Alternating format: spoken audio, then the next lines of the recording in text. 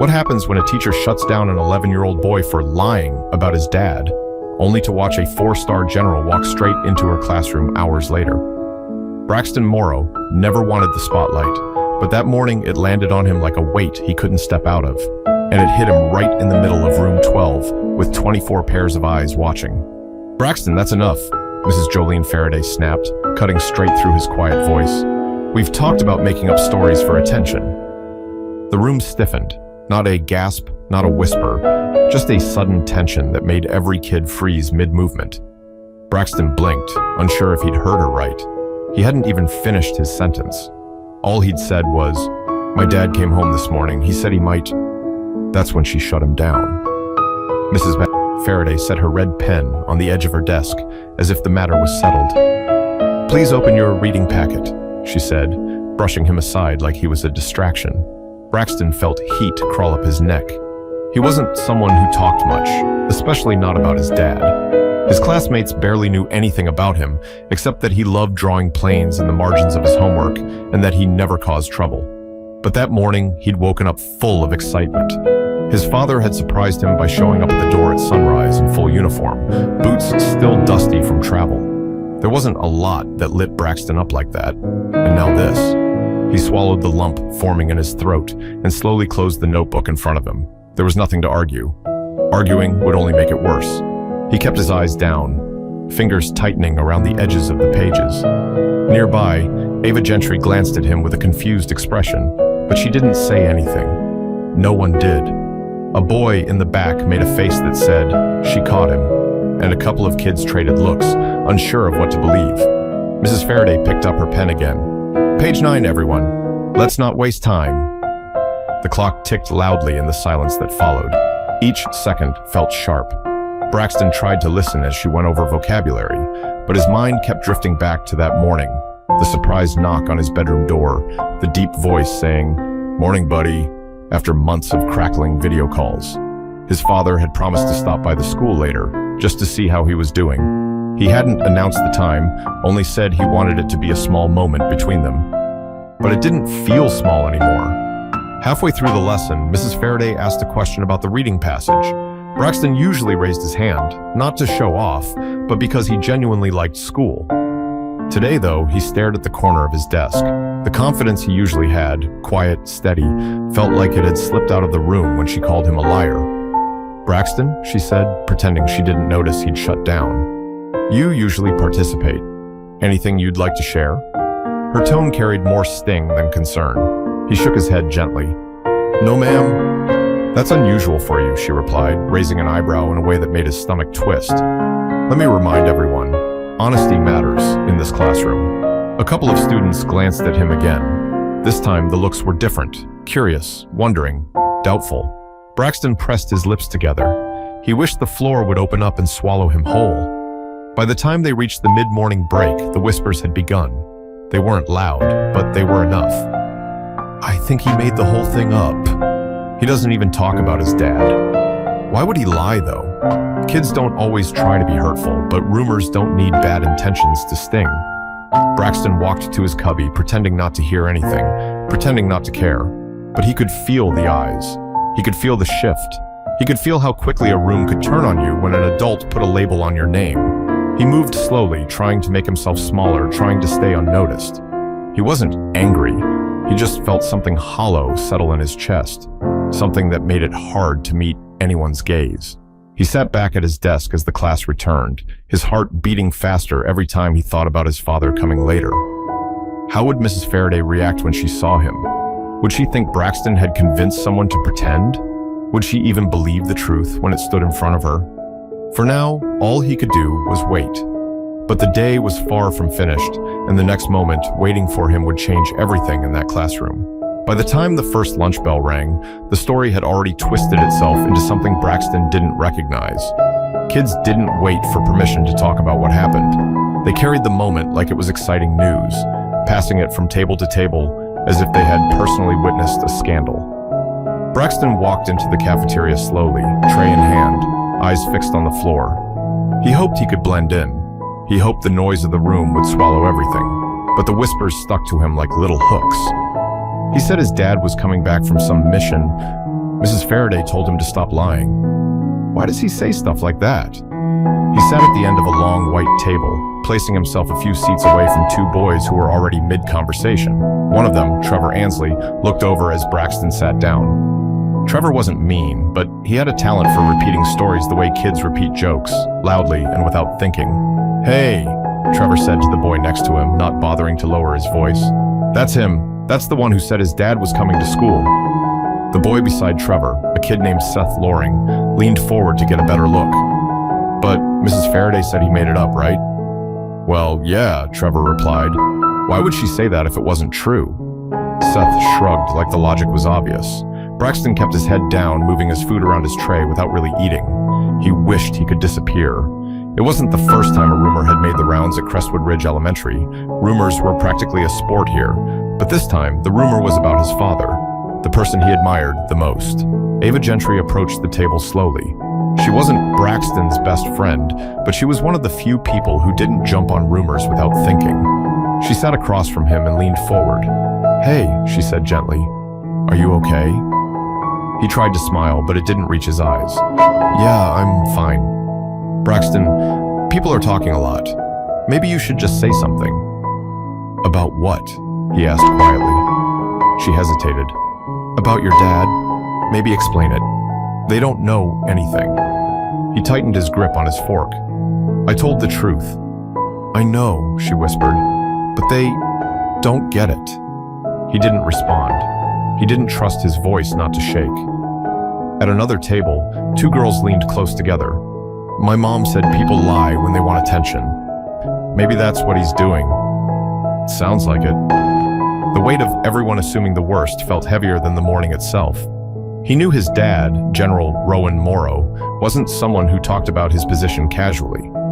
Even at home, he spoke about his work in pieces, always careful, always controlled. Braxton had learned early not to brag about him, so he didn't mention it to anyone. Not teachers, not classmates, not even the kids he sat with at lunch every day. But today had been special. Today, his father had come home early, earlier than planned, just to surprise him. And Braxton had been proud, really proud. For the first time, he had wanted to share something real. Now he regretted opening his mouth. Ava ate in silence after that, staying close just so he didn't feel alone. Everyone else continued feeding the story like it was entertainment. Meanwhile, Braxton tried to breathe normally, pretending every new whisper wasn't aimed directly at him. After lunch, the playground wasn't any better. Small groups formed near the swings and the hopscotch squares. A couple of kids from another class came by to ask questions, which was nothing more than thinly disguised curiosity. "So, is he really coming to school?" a girl asked. Braxton kept his tone calm. "Yes. Like, today?" "Yes." "Why?" Before he could answer, Mrs. Quimby blew her whistle in the distance, signaling the end of recess. Braxton exhaled, relieved the questioning was over for now. As the kids lined up, Seth murmured loudly, "He's still pretending." Braxton's shoulders tightened. This whole thing had grown faster than he expected. With every new voice, the room of doubters felt bigger. When they returned to class, Mrs. Faraday acted like the morning never happened. She dove straight into math instruction, her tone brisk and rehearsed. But the adults weren't the problem anymore. The chain reaction she set off was. Braxton tried to focus on long division, but the numbers blurred. All he could think about was the moment his father would walk through those doors. Would people go quiet? Would they apologize? Would anyone believe him then? Mrs. Faraday called out a problem. "Braxton, go ahead and give me the answer." His heart dropped. He looked up slowly. "I didn't get that far." She sighed loudly, the kind of sigh meant for an audience. "You're usually much more prepared. I really hope today isn't another example of you." She stopped. Not fully, just long enough to glance at the class before deciding to move on. But Braxton caught it, and it stung deeper than anything the kids had said. But as the minutes ticked by, something was already shifting in the front office, something heading straight toward room 12.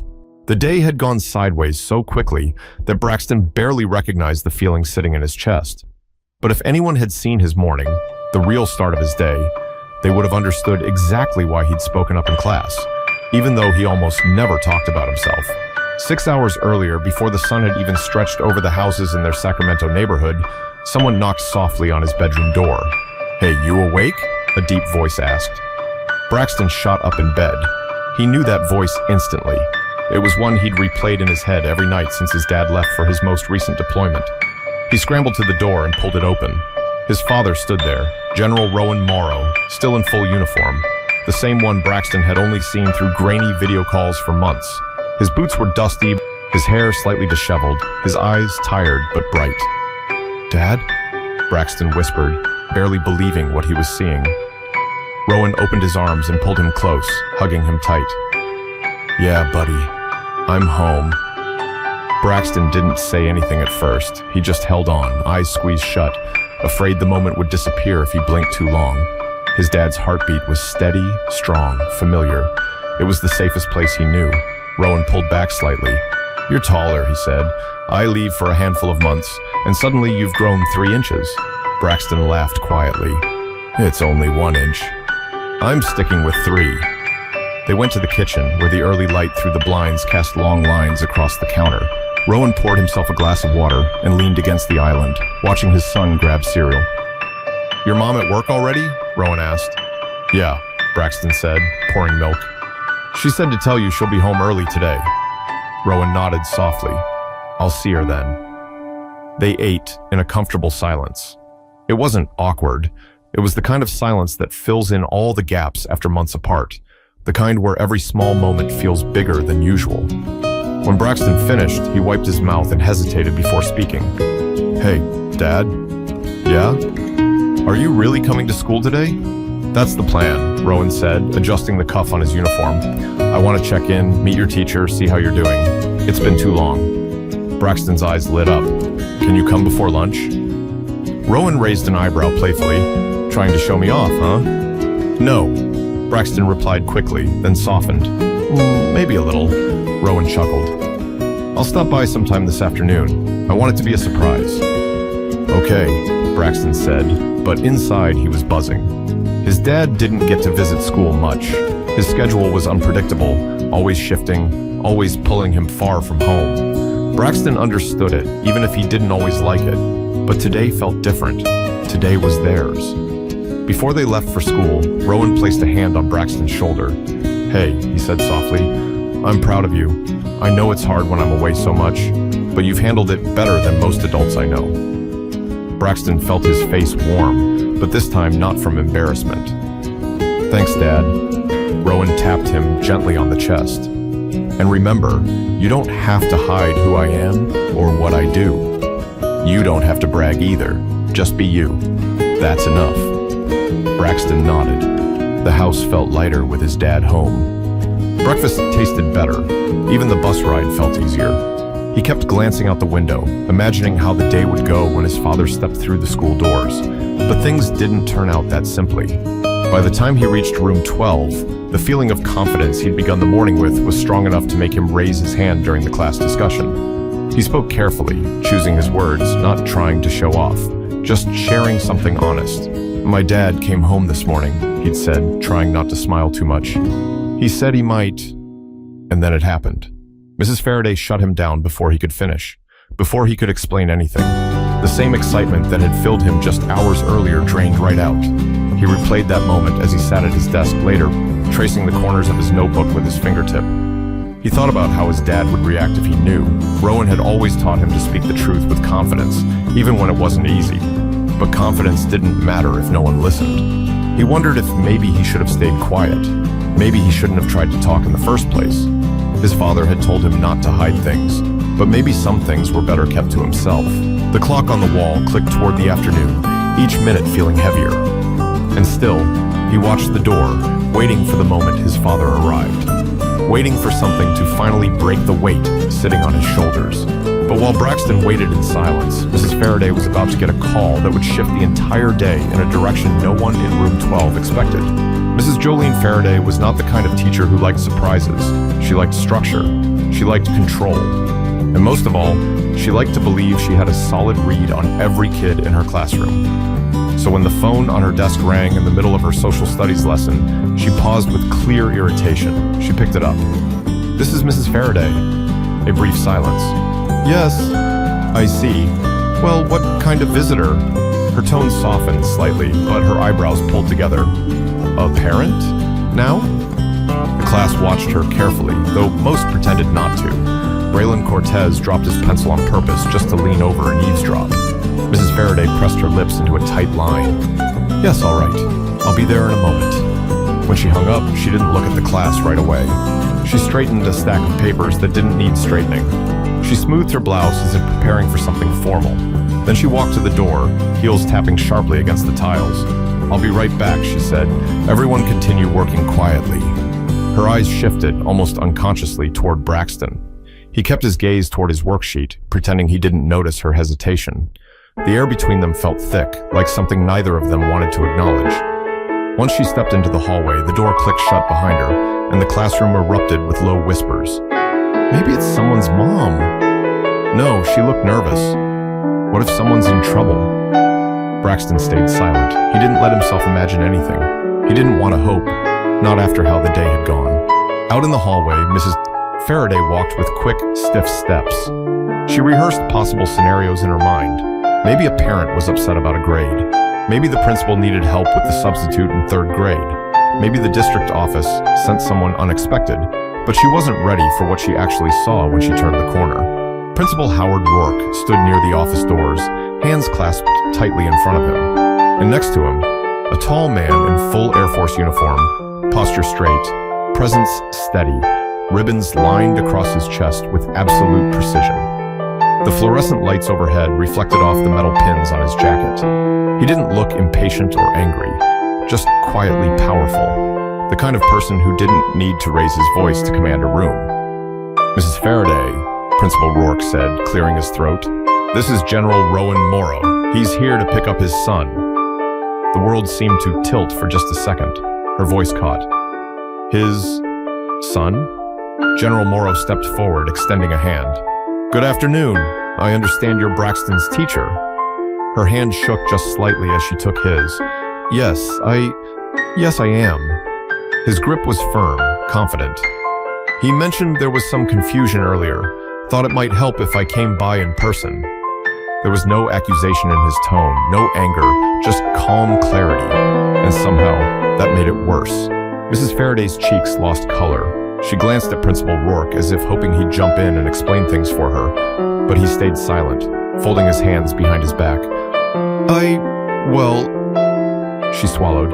Yes, he mentioned something during morning discussion. Rowan waited, giving her space to continue. She didn't. I see, he said. I'm sorry if my arrival is disruptive. I didn't mean to cause any surprise. I simply promised him I'd stop by.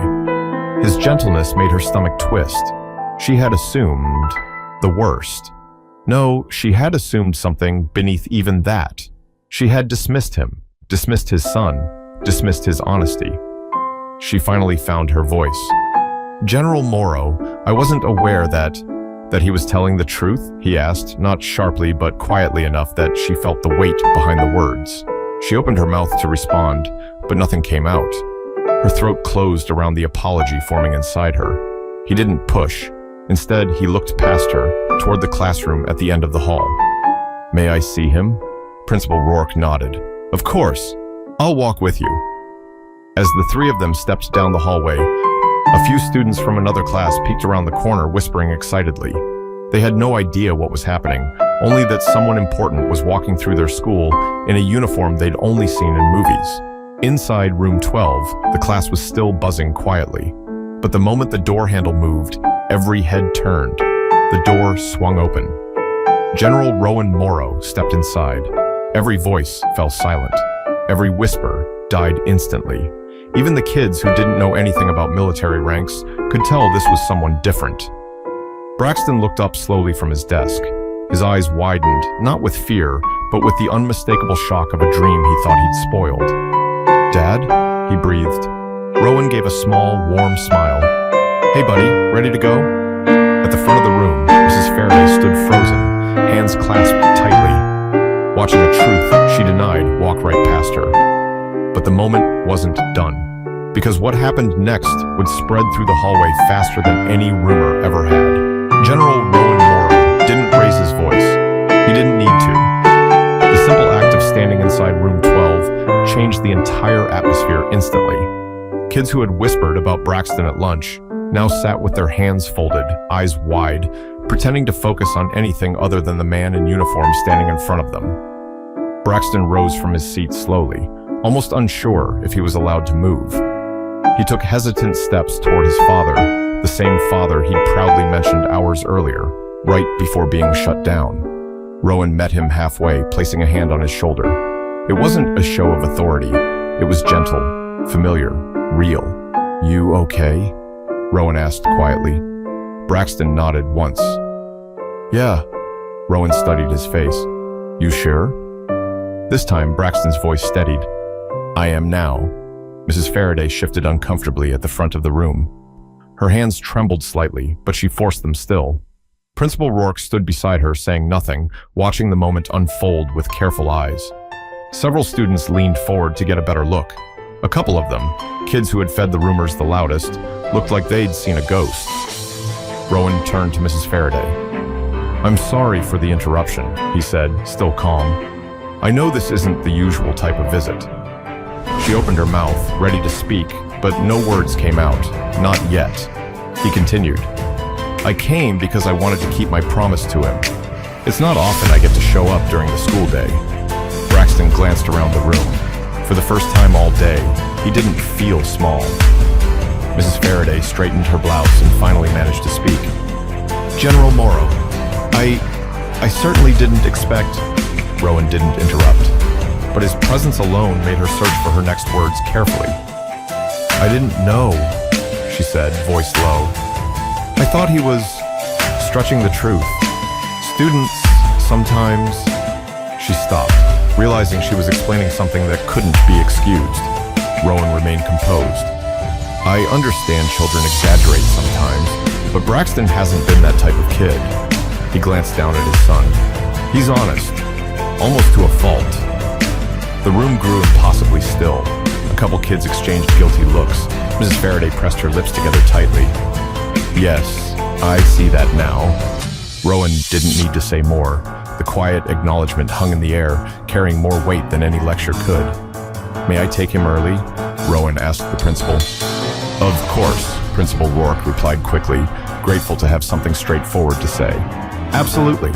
As Rowan led Braxton toward the door, the entire class watched them leave, not with judgment anymore, but with something closer to awe. Some kids sat with their mouths slightly open. Others looked like they'd just witnessed history happen in a single afternoon. When Braxton stepped into the hallway with his father, he felt the difference immediately. His chest wasn't tight anymore. His steps weren't hesitant. The weight from earlier had lifted, not because others finally believed him, but because the truth stood right beside him. The hallway outside room 12 was far from empty. A group of fourth graders had gathered near the water fountain, pretending to need a drink while sneaking glances at Rowan. "Is that his dad?" one whispered. "Dude, look at the uniform. Did he come for him?" Braxton heard every word, and for once, none of it made him shrink. If anything, it made him stand a little straighter. Rowan noticed too. "You okay?" he asked again. "Yeah," Braxton said, and this time he meant it fully. As they walked toward the front office, students from nearby classrooms peeked out. Some teachers stepped into their doorways, unsure whether to intervene or simply observe. A few kids stood frozen, holding folders or backpacks, their eyes glued to the general walking down their hallway. It wasn't fear, it was respect mixed with surprise. Surprise that the quiet kid who rarely talked had a father who commanded a presence like this. Near the office entrance, Mrs. Quimby, who supervised recess earlier, stood with her jaw slightly open. She quickly tried to recover her composure. "Good afternoon, General," she said, offering a quick nod. "Afternoon," Rowan replied politely. Braxton didn't miss the way her expression softened when she looked at him. It wasn't pity, it was realization, recognition, a quiet apology without words. Inside the office, Ms. Delgado, the receptionist, nearly dropped her stapler when she looked up. "Oh, hello, welcome." Rowan smiled gently. "Just signing him out." "Of course," she said, fumbling for the clipboard. "Here, right here, take your time." While Rowan filled out the form, Braxton stood beside him, watching the pen glide across the paper. "Dad," he said softly. "Yeah? I didn't lie." Rowan paused, set the pen down, and crouched slightly to look him in the eyes. "I know you didn't," he said. "And now they know too." Braxton swallowed hard, gripping the strap of his backpack. "It hurt," he said quietly. When she said that, Rowan nodded gently, not brushing away the feeling. "I know. But sometimes people assume things before they give the truth a chance. What matters is, you stayed honest." Braxton breathed out slowly. Some knot inside him loosened. They stepped back into the hallway, ready to leave. Behind them, a few students from earlier still stared, whispering in stunned confusion. Not harmful now, just amazed. But as proud as that moment felt, the emotional storm from earlier wasn't finished yet, because Mrs. Faraday was about to confront something she hadn't faced in years, her own reflection. The hallway slowly emptied once General Rowan Morrow and Braxton stepped outside. But back in room 12, the silence clung to every desk and every corner like something heavy that refused to lift. Mrs. Jolene Faraday stood at the front of the class, staring at the door long after it closed. She felt the eyes of her students on her, curious, confused, waiting for her to say something, anything. But for the first time in a long while, she didn't have a ready explanation or a polished correction to offer. Her authority didn't feel steady, it felt cracked. "Everyone, please return to your assignments," she finally said. Her voice lacked its usual sharpness. It sounded thinner, almost uncertain. Ava Gentry raised her hand gently. "Mrs. Faraday?" Jolene swallowed. "Yes, Ava?" "I think Braxton was just excited this morning. That's all." Ava spoke carefully, trying not to sound like she was challenging her teacher. Several classmates murmured in agreement. Jolene forced a small smile. "Thank you, Ava. Let's settle down now." But even that felt flimsy. The energy in the classroom had changed, and she knew it. While the students bowed their heads over worksheets, Jolene sat at her desk, fingers tapping anxiously on top of her gradebook. Her mind spiraled back to that morning. She replayed the moment when she shut Braxton down. How quickly she dismissed his words, how confidently she assumed she understood him, how her tone cut through his sentence like it was nothing. She could picture his face perfectly, the way he had shrunk into himself, the way he had clutched his notebook, the way she ignored his silence afterward because it was easier than confronting what she'd done. She squeezed her hands together. "What was I thinking?" she whispered under her breath. Jolene wasn't blind. She knew she had formed assumptions about Braxton over the past months. He was quiet. He didn't talk about his family. He didn't share much during show-and-tell days. In her mind, she had built an entire false narrative about him without ever asking real questions. And now the truth had walked in wearing a uniform. Her heart thudded painfully. She wasn't proud of the picture forming in her mind.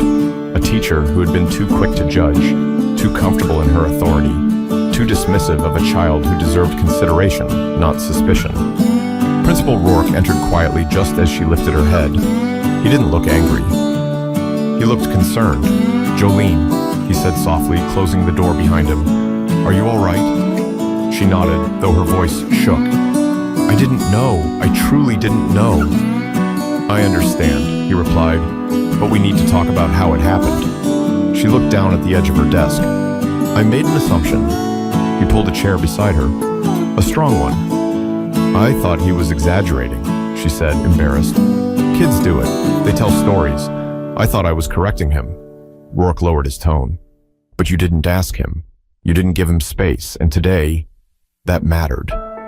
Jolene's throat tightened. "I know." The principal didn't pile on. He didn't lecture her. Instead, he sighed quietly. "You're a good teacher, Jolene."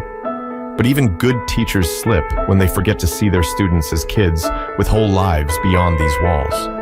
Her eyes burned, but she blinked rapidly to keep them dry. "I don't want to be the kind of teacher who hurts someone." "I don't think you meant to," he said gently. "But intent doesn't erase impact." She breathed in shakily. "I need to fix this. I need to apologize to him." "You'll get that chance," Rourke said. "But don't just apologize. Reflect.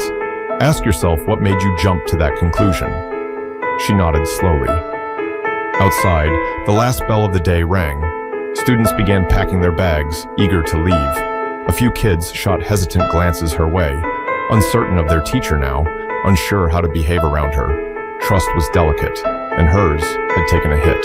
After dismissal, Jolene walked through the empty classroom, picking up stray pencils and eraser pieces just to keep her hands busy. The room felt too quiet now, too revealing. She thought about Braxton walking down the hall next to his father, a man who carried himself with quiet strength. She thought about how small Braxton must have felt being doubted, and how big the moment must have been when the truth stepped in. She felt a knot of guilt settle deeper. Later, in the parking lot, she saw Rowan and Braxton walking toward their car. She wanted to call out, say something, anything, but she froze. Her voice didn't feel ready. Her apology didn't feel complete yet.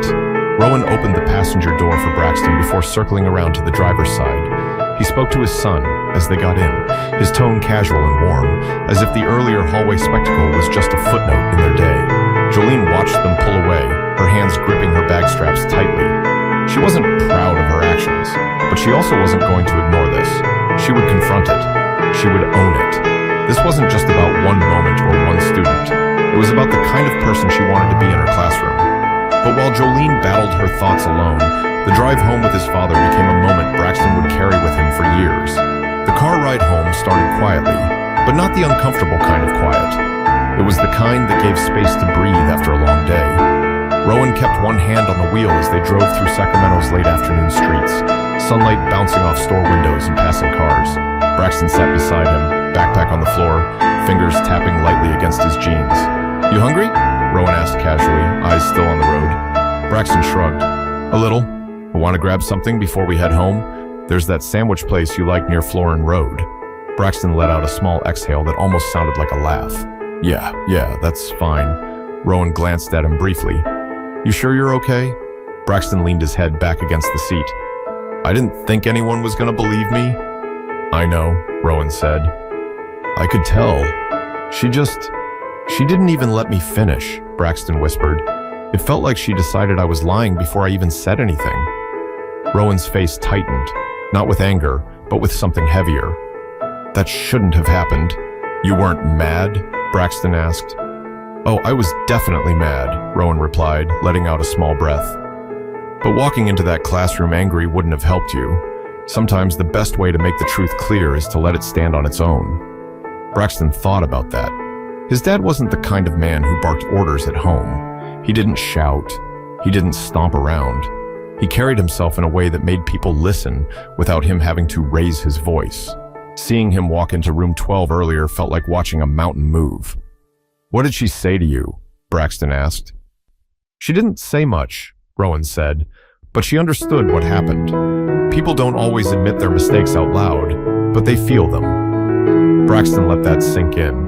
He pictured Mrs. Faraday standing by the door, speechless. The shock on her face, the way her confidence drained the second she realized what she'd done. "I don't want her to be in trouble," Braxton said suddenly. Rowan looked over again. "You're thinking about her right now?" Braxton nodded slowly. "She was wrong, but I don't want her to feel awful." Rowan smiled gently. "You've got a good heart, but correcting someone doesn't mean punishing them. It just means helping them see what they didn't before."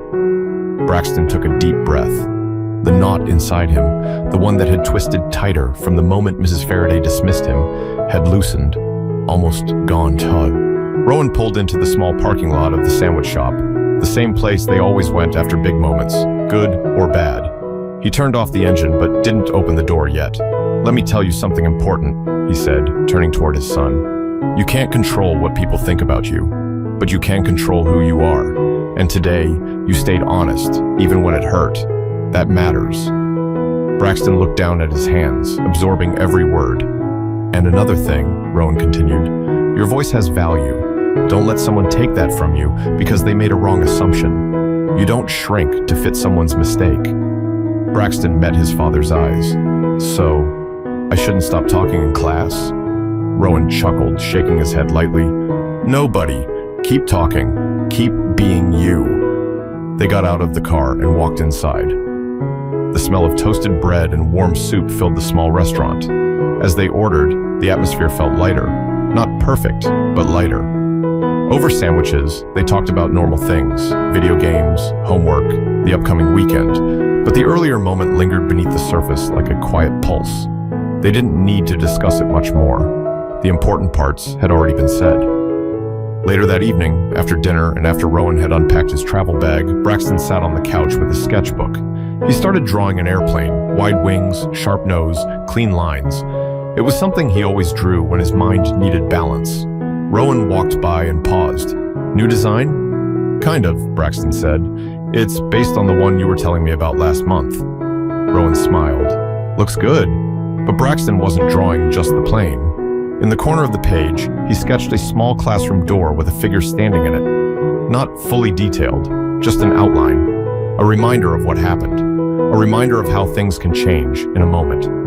The next morning, when he returned to school, Mrs. Faraday was waiting by the classroom door. She looked tense, but determined. "Braxton," she said softly, "could I speak with you for a second?" He nodded. She stepped to the side, lowering her voice. "I owe you an apology. I made a mistake yesterday, a big one, and I'm sorry I didn't listen to you. You didn't deserve that." Braxton shifted his backpack strap nervously. "It's okay." "It's not okay," she said gently, "but I'm going to be better. You have my word."